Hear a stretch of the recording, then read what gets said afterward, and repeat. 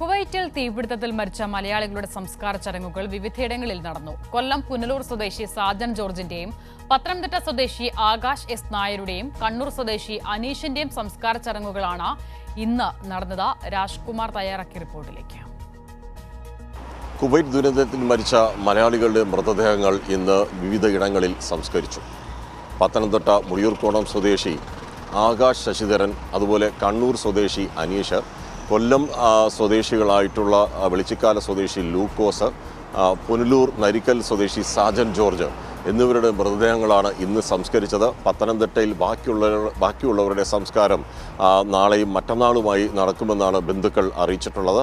അതേസമയം കരുനാഗപ്പള്ളി സ്വദേശിയായിട്ടുള്ള ഡെനി, അദ്ദേഹത്തിൻ്റെ മൃതദേഹം മുംബൈയിലേക്ക് കൊണ്ടുപോയി. മുംബൈയിലെ മലാഡ് ക്രിസ്ത്യൻ പള്ളിയിലാണ് അതിൻ്റെ മലാഡ് ക്രിസ്ത്യൻ സെമിത്തേരിയിലാണ് സംസ്കാര ചടങ്ങുകൾ നടത്തുക.